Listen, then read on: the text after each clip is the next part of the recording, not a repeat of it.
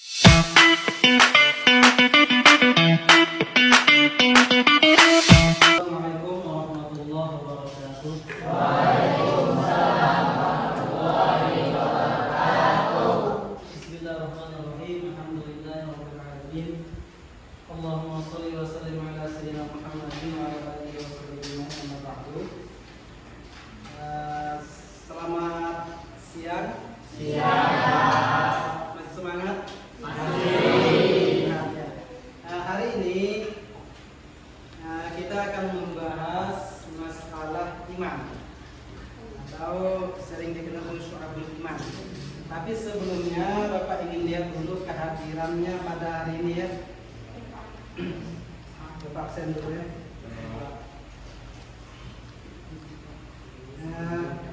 Adat Maja hadir.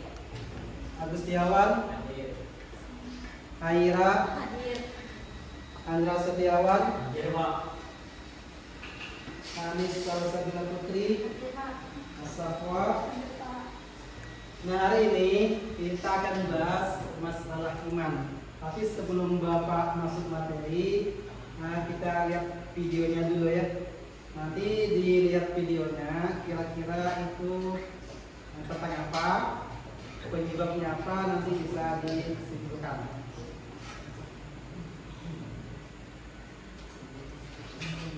Bergulir di sepanjang tingkatan di Kementerian Agama, Komisi Pemberantasan Korupsi menyatakan segelintir pegawai hingga pemimpin tertinggi di lembaga agama itu menikmati jatah keuntungan khusus. Berdasarkan hasil penyidikan terdapat sekitar 100 biro perjalanan haji yang mendapat kuota itu. Setiap biro menurut dia mendapat kuota beragam. Pembagian kuota itu tak gratis. Menurut Asep, setiap biro perjalanan harus membayar 2.700 US dollar sampai 7.000 US dollar atau sekitar 42 sampai 115 juta rupiah untuk mendapat satu kursi. Meski demikian, Asep belum membuka nama-nama penerima ataupun pemberi fulus itu. Menurut Asep, uang itu mengalir melalui sejumlah perantara seperti kerabat atau staf ahli yang ada di Kementerian Agama. Menyebutkan kira-kira yang dibahas dari video ini apa? Korupsi dengan oleh siapa? Oleh Kementerian Agama. Kementerian Agama. Kira-kira kalau kita bicara iman, seorang tokoh agama itu punya iman tidak? Punya. Tapi kenapa dalam kasus ini tokoh mesti yang jadi atasan agama kita yang disebut korupsi? Kira-kira penyebabnya apa? Nafsu. Ya, apakah kita punya iman? Punya.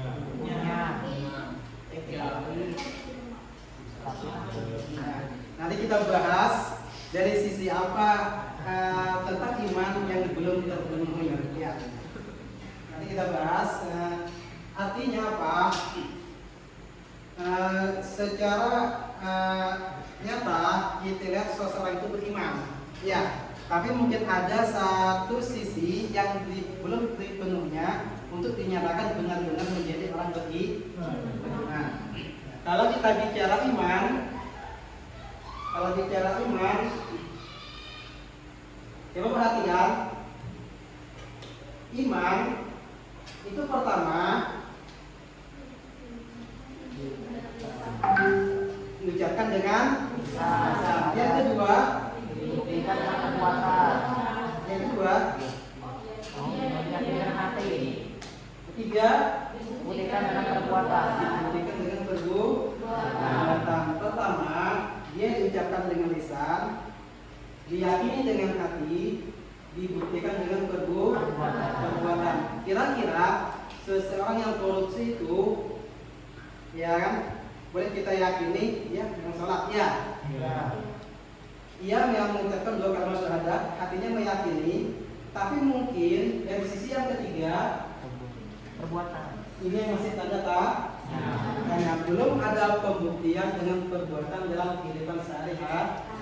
Nantinya ini akan kita bahas tentang iman secara utuh dan termasuk cabang-cabang di iman. Baik itu cabang iman berhubungan dengan hati, cabang iman yang berhubungan dengan lisan, dan cabang iman berhubungan dengan perbuatan. Ini nantinya akan kita kaitkan dengan kehidupan sehari-hari kita dengan kita lihat kasus-kasus yang ada di sekitar kita. Untuk hari ini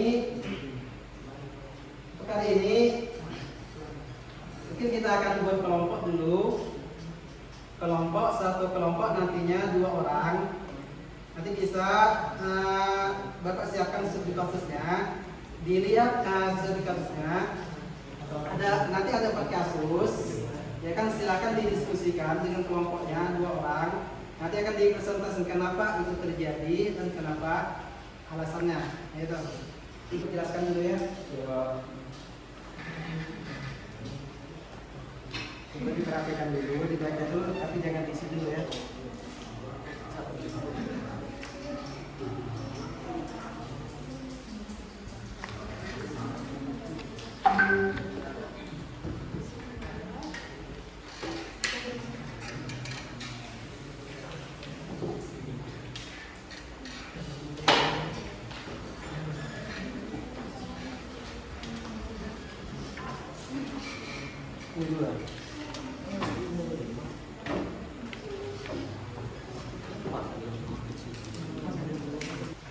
An Abi Hurairah radhiyallahu anhu qala qala Rasulullah sallallahu alaihi wasallam al-imanu bid'un wa sittuna syu'batan qawlu la ilaha illallah wa annaha imanun adza'a al-tariq wal hayy syu'batun min al-iman.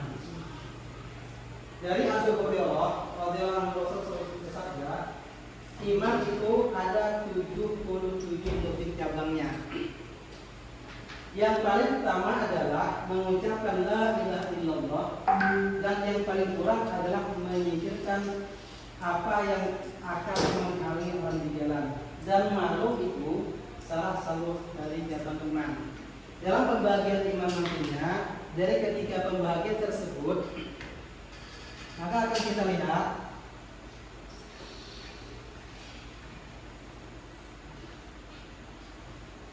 iman dengan lisan nanti ada punya 7 cabang. Iman dengan hati nanti ada 40 cabang. Sedangkan iman dengan perbuatan nantinya ada 30 cabang. Dan masing-masing cabang itu mempengaruhi satu sama lainnya.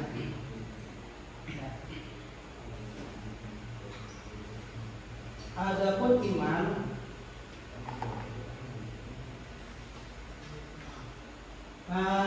rukun iman masih ingat berapa rukun iman?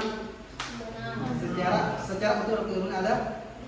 Pertama, iman kepada Allah. Kedua, Iman kepada malaikat. 3, Kitab. 4, Rasul. 5, 6,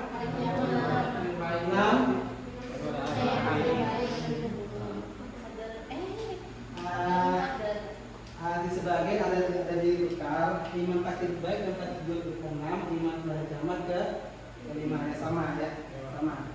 Tapi jumlahnya rukun iman ada 6. Kalau masuk dalam kategori syu'batul iman, itu masuk dalam kategori iman dalam hati, karena berhubungan dengan keyakinan tidak dalam syariat. Ya. Nah, terus ditambah lagi 7. Itu hanya penjelasan lebih lanjut. 7, iman kepada kebangkitan setelah kematian. Iman bahwa manusia akan dikumpulkan di yaumul akhir setelah kebangkitan. Sudah iman bahwa orang mukmin akan tinggal di surga dan orang kafir akan tinggal di neraka. 10, mencintai Allah Subhanahu wa taala. 11, mencintai dan memuji karena Allah Subhanahu wa taala. 12, mencintai Rasul dan yang memuliakannya. 13, ikhlas dan tidak riya dan menjadi sifat munafik.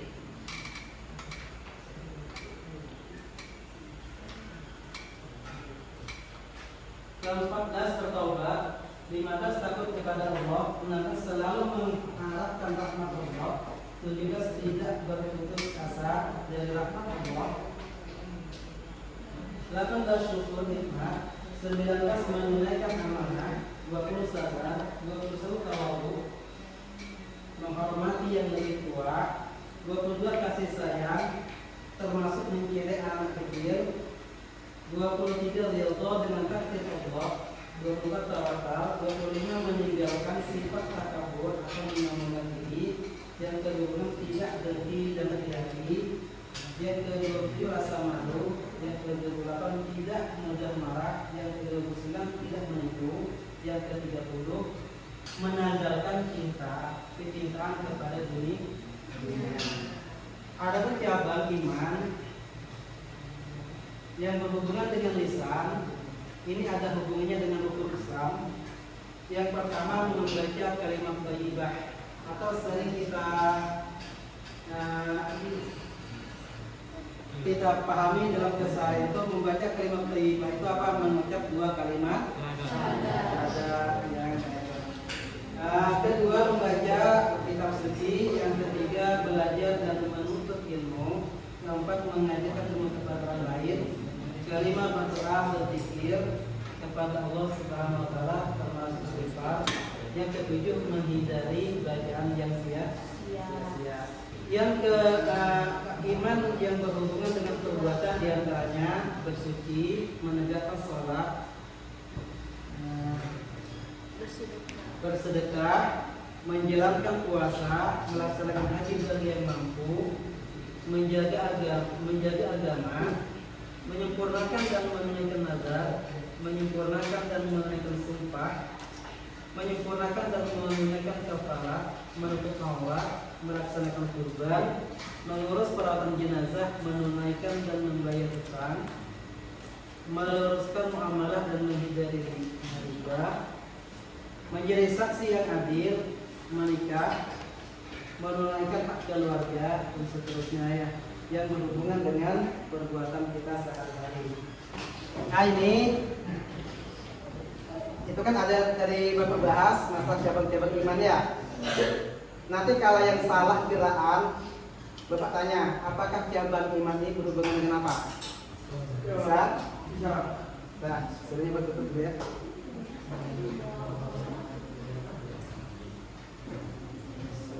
Bagi yang salah kiraan, ya. Bapak pakai matematika aja. Pakai konsen matematika, ganjil genap. Ya. Bapak kalau sebut hitungan ganjil, tepuk tangannya 2 kali ya. Ya Pak. Nanti yang salah, Bapak tanya tuh materinya tuh. Ya. Ya. Konsen. Kalau Bapak sebut hitungan genap, maka tepuk tangannya sekali. Ya. Bisa dipahami? Hitungannya cuma 1 sampai 10 aja. Ya. Kalau ganjil 2 kali, kalau genap sekali. Ya. Siap? Siap. Siap? 1. Berapa kali? 2. Ini momen apa? Ya, beda belang-belang ya. 2. 3.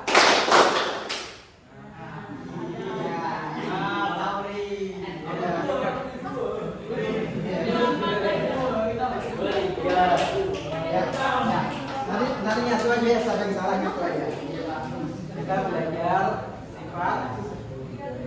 Kita belajar sifat. Jujur. Kira-kira jujur itu termasuk dalam kategori hubungan iman dengan apa? Bisa.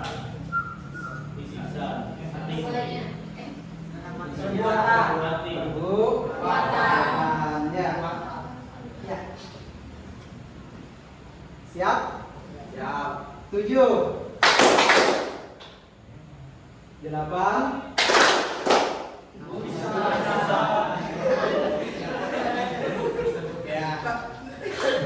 Kalau Bapak baca Allahumma ighfirli dzunubi wa liwalidayya warhamhuma kama rabbayani shaghira.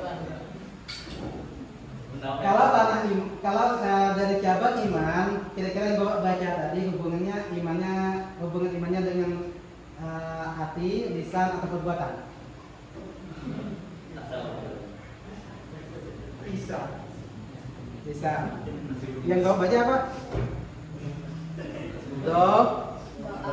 Ya. Ya.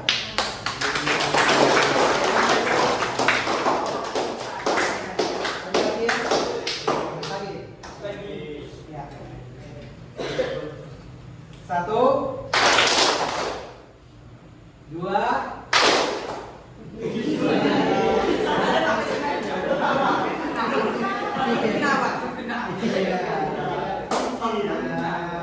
ya, umpamanya kalau pulang ke rumah melihat orang tua kerja, lalu kita bantu, ya. Dalam kategori iman yang tiga, cabang iman yang tiga, kira-kira bantu orang tua itu masuk kategori iman yang mana? Perbuatan.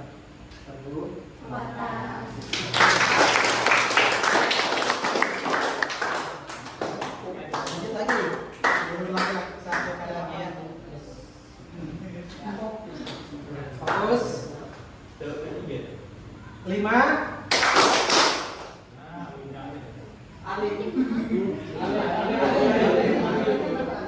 Lima janji, ya.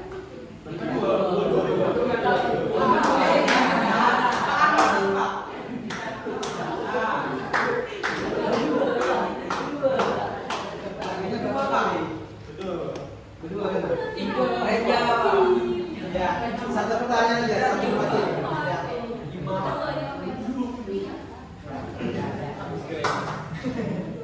Ada orang meninggal. Lalu kita ikut proses dalam mengurus pakaian jenazah. Kira-kira dalam cabang iman yang tiga, mengurus jenazah itu masuk dalam kategori yang mana?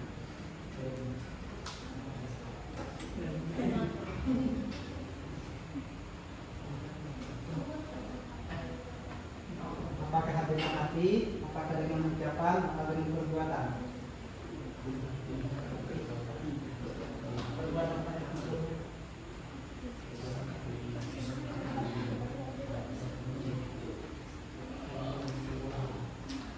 Ya, dengan hati. Yang lain?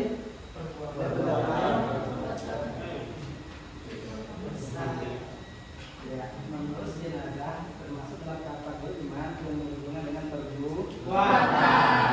Ya, silakan dulu.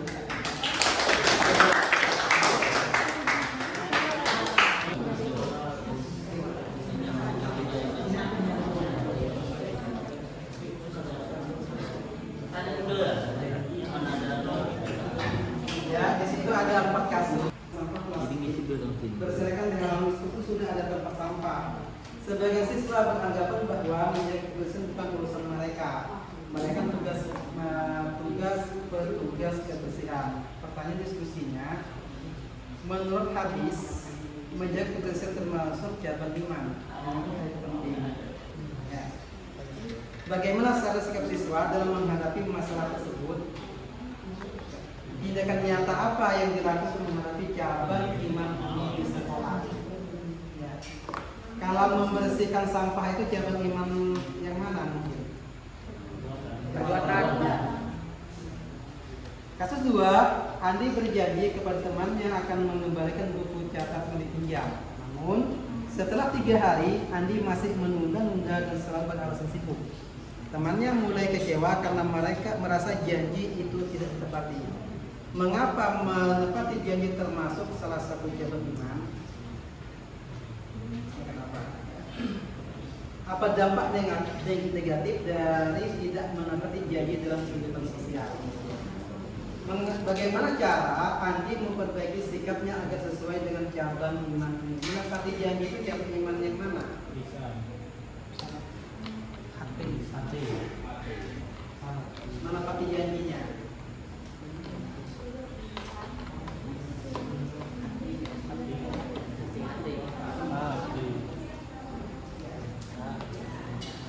di masing-masing ya. Kasus 3, malu sebagai cabang iman. Dalam sebuah acara sekolah, ada siswa yang berkata kasar di depan umum.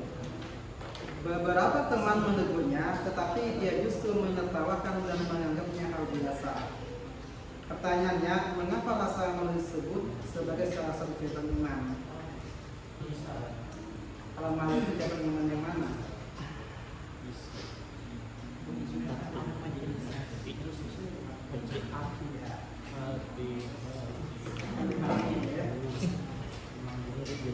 Menolong sesama.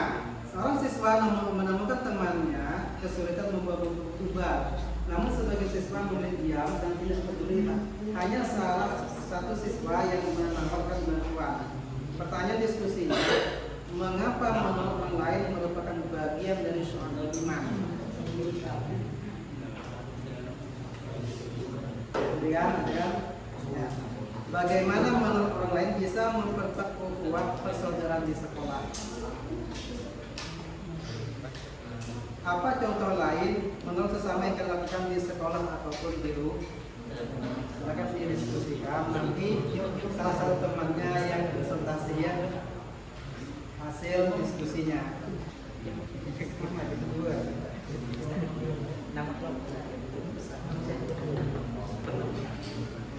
Nah, ketiga ini kasusnya kan 4 jam. Bisa milik kasus 1 jam, tapi pertanyaannya ya.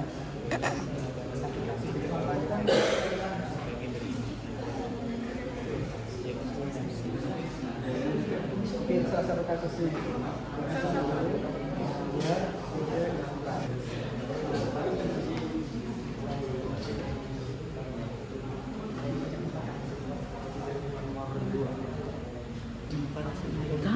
Assalamualaikum warahmatullahi wabarakatuh. Waalaikumsalam.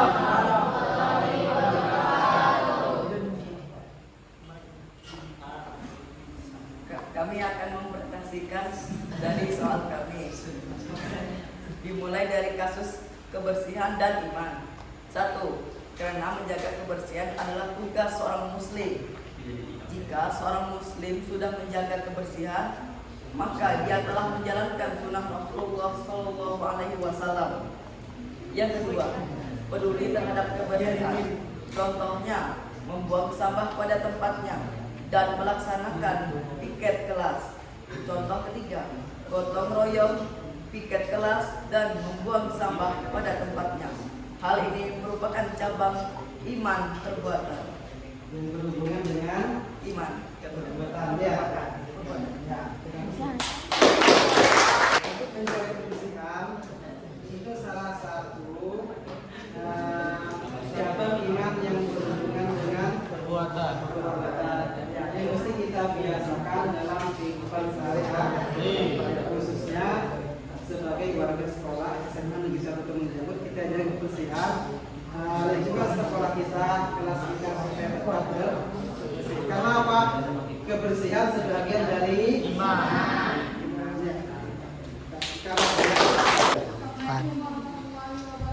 Waalaikumsalam warahmatullahi wabarakatuh. Kami akan mempresentasikan hasil revisi dari kami berdua, yaitu kasus 2, menepati janji. 1. Karena janji termasuk iman dari seseorang. 2. Orang tidak percaya lagi dengan perkataan apa yang disampaikan. 3. Berperilaku jujur dan berjanji atau setiap janji mengucapkan insyaallah termasuk perbuatan. Nah, termasuk dalam kategori hubungan dari sisi perbuatan.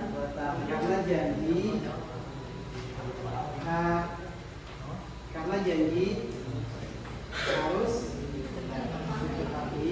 Kalau tidak ditepati, ingkar janji akan membuat orang sakit hati.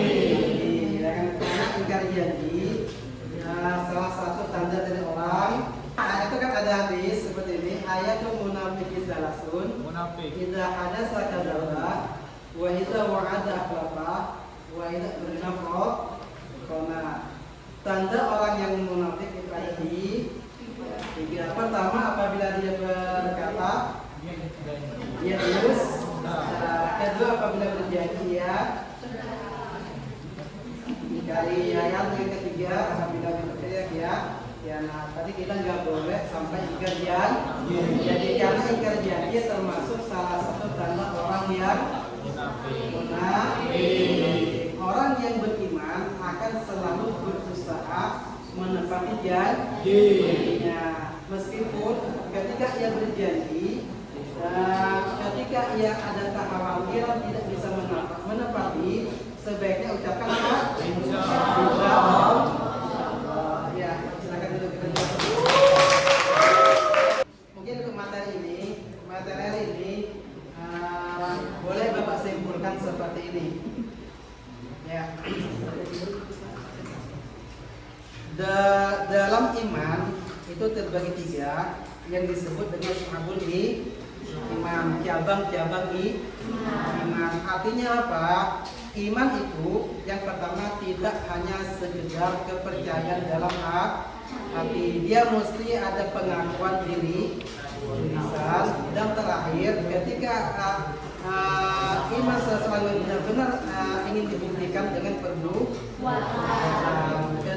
Ketika lengkap dalam diri seseorang, maka ia baru disebut orang yang betul-betul beriman. Dalam hubungannya yang video yang kita tonton di awal tadi, ya, ternyata ada sebagian orang yang beriman mungkin ya kan masih melakukan tindak korupsi. Kenapa? Karena mungkin iman dalam tindakannya belum terrealisasi. Mungkin sampai di sini ada pertanyaan yang ingin ditanyakan. Ada. Saya minta ada 1-2 orang yang bisa mengungkapkan perasaannya sesudah mempelajari materi ini. Bisa ada 1 atau 2 orang. Bagaimana perasaannya ketika sesudah mempelajari materi tentang iman? Apakah ada pemahaman baru atau pemahaman tambahan atau merasa lebih semangat? Atau silakan Isan. Mungkin yang dirasakan apa setelah mempelajari materi hari ini?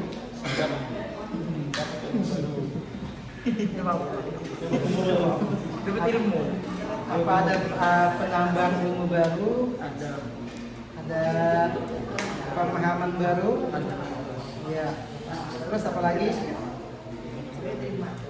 Apakah ada rasa ingin nantinya ketika pulang mengamalkan apa yang dipelajari? Ya. Untuk menutup kegiatan kita pada hari ini, mari kita sama-sama tutup dengan ucapan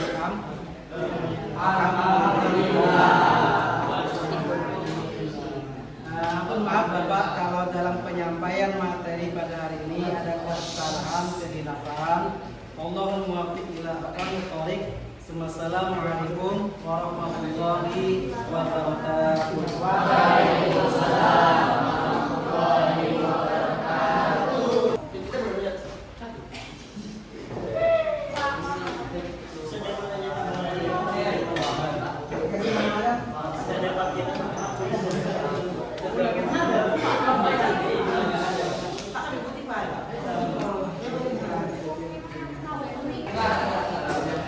Kita pimpin penjelasan pulang dulu ya. Silakan ketua kelasnya pimpin baca doa ya sebelum kita pulang. Teman-teman, sebelum pulang mari kita